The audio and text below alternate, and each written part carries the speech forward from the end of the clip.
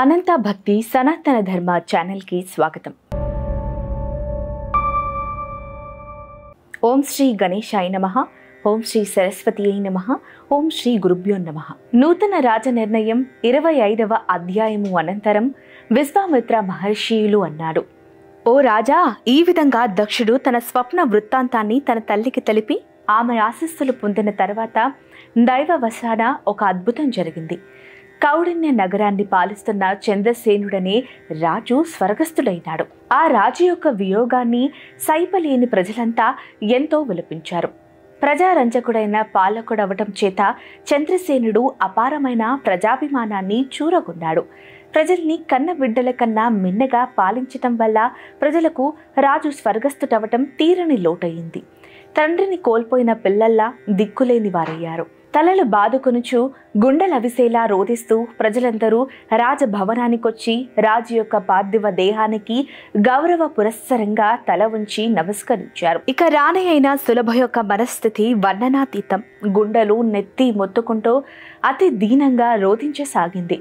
తన ఆభరణాలను అలంకరణాలను అటూ ఇటూ విరసివేసి దుఃఖ భారము అతశయముగా మూర్ఛిల్లింది. కొందరు పరిచారకులు లేవనెత్తి పట్టుకొనగా ఓ నాథా ఓ నాథా అంటూ ఏడవసాగింది.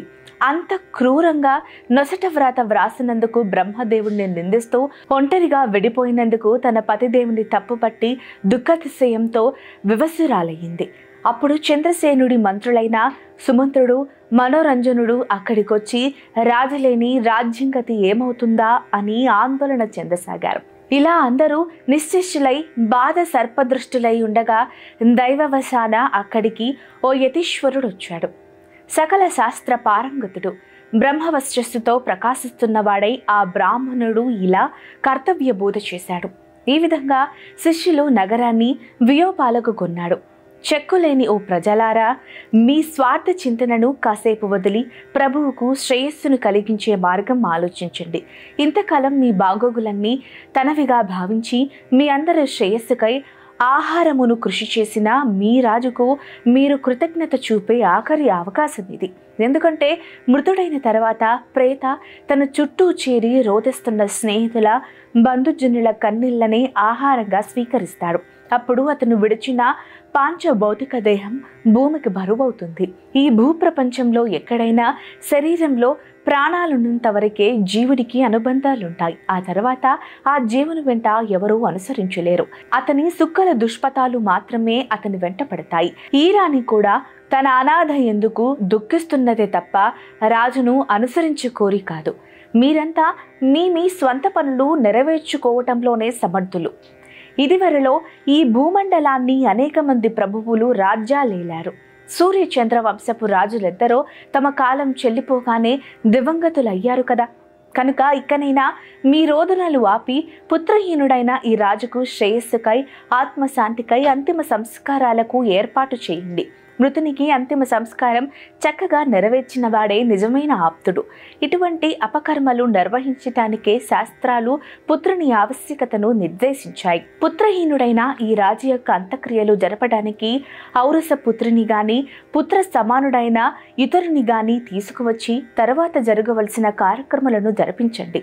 మీరందరూ తిలాంజయులు ఇచ్చి అతనికి తుది వీడ్కోలునివ్వండి అంటూ ఆ యతీశ్వరుడు వారందరినీ కర్తవ్య బోధన చేశాడు. ఓ భీమరాజా, అలా ప్రేరేపించబడిన పురజనులు సుమంతుడనే మంత్రి పుంగవుణ్ణి సంస్కార క్రియలకై వినియోగించారు. అతడు అంత్యక్రియలన్నిటినీ యథావిధిగా నిర్వహించాడు. ప్రజలంతా తిలాంజలి సమర్పించి పట్టణానికి మరలారు. శివుని దర్శనం చేసుకుని ఎవరి ఇళ్లకు వారు చేరుకున్నారు. 13వ రోజున రాణికి నూతన పత్రములనిచ్చి ప్రీతితో సుఖభోజనాలు చేశారు. ఇలా కొంతకాలం గడిచాక రాణి, మంత్రులు, పురజనులు రాజ్య పరిపాలనను ఎవరికి అప్పగించాలా అన్న సందిగ్ధంలో పడి ఆలోచించసాగారు. ఆ సమయంలో అక్కడికి యాదృచ్ఛికంగా ముద్దుల మహాముని విచ్చేశాడు. వారి సమస్యకి ఒక పరిష్కారాన్ని సూచించాడు. ఓ జనులారా, గహనమనే పేరుగల రాజుగారి పట్టపుటేనుకు కమలాల మాలను తొండంతో ఎవరి మెడలో వేస్తుందో అతడిని ప్రభువుగా ఎన్నుకుంటే బాగుంటుంది అనగానే ప్రజలంతా సంతోషంతో బాగు బాగు అంటూ హర్షధ్వానాలు చేశారు. ఇది శ్రీ గణేష పురాణం ఉపాసన ఖండంలోని నూతన రాజ నిర్ణయం అనే 25వ అధ్యాయం. సర్వేజన సుఖినో భవంతు. గోవులను సేవించండి, గోవులను రక్షించండి. ప్రకృతిని కాపాడడం మన ధర్మం. దయచేసి ప్రతి ఒక్కరూ ఒక్క మొక్కైనా నాటండి.